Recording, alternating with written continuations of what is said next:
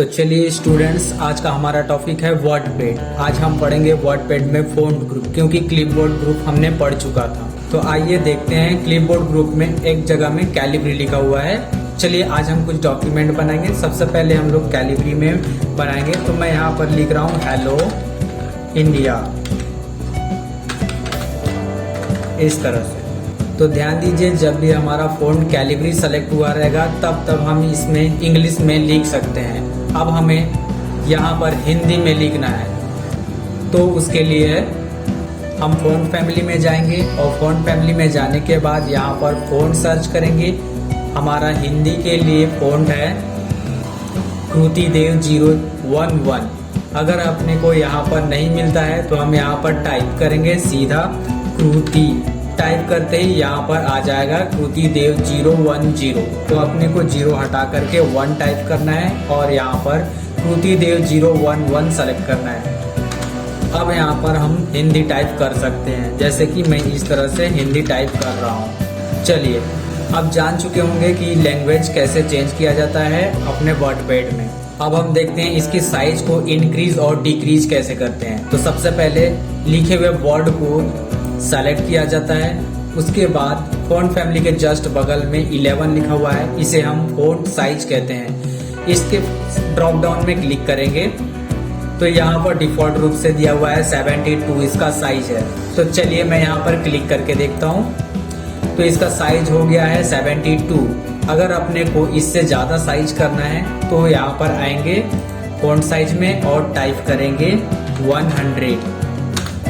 तो इस तरह से हमारा फॉन्ट का साइज है 100 के साइज में हो गया। अगर इससे ज़्यादा भी बड़ा साइज करना है तो यहाँ पर फिर से आएंगे और टाइप करेंगे 800। तो इस तरह से अपने फॉन्ट का साइज बहुत बड़ा हो गया है। तो चलिए, ये तो हो गया हमारा फॉन्ट साइज से इंक्रीज और डिक्रीज करना। तो चलिए अब हम डिक्रीज करके देखते हैं। मैं यहाँ पर 15 का साइज कर देता हूँ। तो देखिए इस तरह से हमारा साइज डिक्रीज हो गया।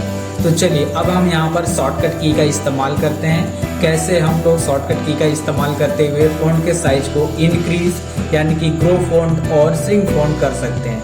तो यहाँ पर बगल में दिया हुआ है बड़ा सा ए, ग्रो फ़ॉन्ट है, इसमें हम क्लिक करते जाएंगे तो यहाँ पर फ़ॉन्ट ग्रो होते जाएगा। और फ़ॉन्ट को ग्रो करने के लिए हम शॉर्टकट की का इस्तेमाल करेंगे। तो शॉर्टकट की है Ctrl+Shift+Greater+। इस तरह से हम लोग कर सकते हैं। उसके जस्ट बगल में देखेंगे यहाँ पर लिखा हुआ है श्रिंक फ़ॉन्ट। ये फ़ॉन्ट के साइज को छोटा करने के लिए यूज़ किया जाता है। यहाँ पर आकर के आप लेफ्ट क्लिक कर सकते हैं माउस से और इसका शॉर्टकट की है Ctrl+Shift+<। इस तरह से हम फ़ॉन्ट के साइज को छोटा कर सकते हैं। तो चलिए अब हम लोग यहाँ पर सेलेक्ट कर चुके हैं। चलिए हमारा नेक्स्ट फंक्शन है बोल्ड। इसके माध्यम से हम लिखे हुए सेंटेंस या पैराग्राफ में कोई भी शब्द को बोल्ड करने के लिए यूज करते हैं। तो सबसे पहले मैं इस लिखे हुए वर्ड को डिलीट कर देता हूँ और एक वैसा वर्ड लेके आता हूँ या पैराग्राफ लेके आता हूँ जिसमें मैं कुछ बोल्ड, इटैलिक या अंडरलाइंस कर सकूँ। यहाँ पर मैं कॉपी करके लेके आ गया। अब मैं इसमें से इतने सारे पैराग्राफ्स है, इस पैराग्राफ्स में से मैं किसी एक वर्ड को सेलेक्ट करता हूँ या सेंटेंस को। चलिए मैं यहाँ से एक सेंटेंस बना लेता हूँ। ये सेंटेंस को सेलेक्ट कर लिया। इस सेंटेंस को मैं बोल्ड करूंगा। तो इसके लिए बोल्ड करने के लिए बी पर जाकर के लेफ्ट क्लिक करूंगा, ये बोल्ड हो गया। तो देख सकते हैं इस तरह से हमारा सेंटेंस बोल्ड हो गया। इसका शॉर्टकट की है Ctrl+B। तो यहाँ पर मैं सेलेक्ट करते हुए Ctrl+B को प्रेस करते हुए बोल्ड करूंगा।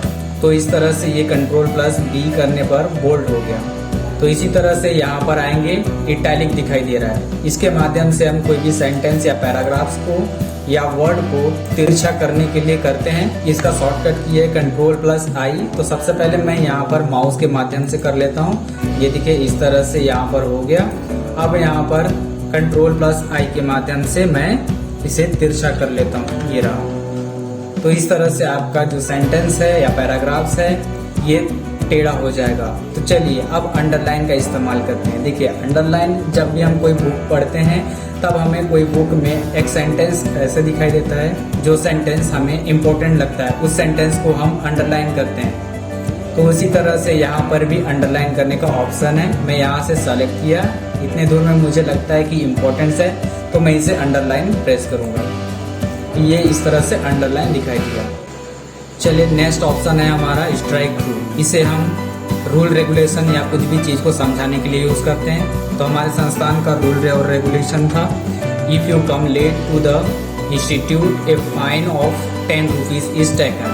मतलब हमारे इंस्टीट्यूट में अगर कोई स्टूडेंट्स लेट आता है तो उसे 10 रुपया फाइन लिया जाता है। तो अब यहाँ पर इस रूल को चेंज करते हैं और यहाँ पर चेंज करके 10 रुपये के जगह पे हम 20 रुपीज़ करते हैं, यानी कि 20 रुपये करते हैं। तो अब यहाँ पर पुराने रूल क्या था उस स्टूडेंट को समझाने के लिए हम यहाँ पर स्ट्राइक थ्रू का इस्तेमाल करते हैं। इस तरह से ये स्ट्राइक थ्रू लग गया। चलिए अब हमारा ऑप्शन है सबस्क्रिप्ट। लाइन के नीचे में कुछ भी वर्ड लिखने के लिए इसका यूज़ किया जाता है। जैसे कि हम पानी का सूत्र लिख लेते हैं H2O, इस तरह से। अब हमको 2 को नीचे में रखना है, तो उसके लिए पहले 2 को सेलेक्ट करेंगे।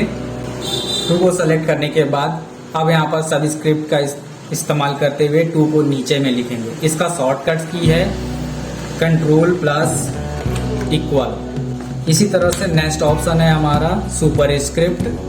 जब भी किसी वर्ड का पावर लिखना हो या फिर वर्ग लिखना हो तो हम यहाँ पर सुपरस्क्रिप्ट का इस्तेमाल करते हैं। 5 का पावर 2, तो इसके लिए control plus shift plus equal का इस्तेमाल करते हुए मैं इसको पावर लगा दिया। तो चलिए नेक्स्ट हमारा ऑप्शन है टेक्स्ट कलर। सेलेक्ट किए हुए वर्ड को कलर करने के लिए टेक्स्ट कलर का इस्तेमाल किया जाता है। तो चलिए मैं यहाँ पर येलो कलर का इस्तेमाल कर देता हूँ और इस तरह से ये टेक्स्ट कलर चेंज हो गया। और इसी तरह से हम हाइलाइटर यूज़ करते हैं। जब भी हम बुक पढ़ते हैं तो कोई भी सेंटेंस इम्पोर्टेंस लगता है तो उसे हम हाईलाइट कर देते हैं। तो चलिए मैं यहाँ पर सेलेक्ट करते हुए हाईलाइट कर देता हूँ। तो आपने देख लिया कितना आसान है फ़ॉन्ट ग्रुप का यूज़ करना।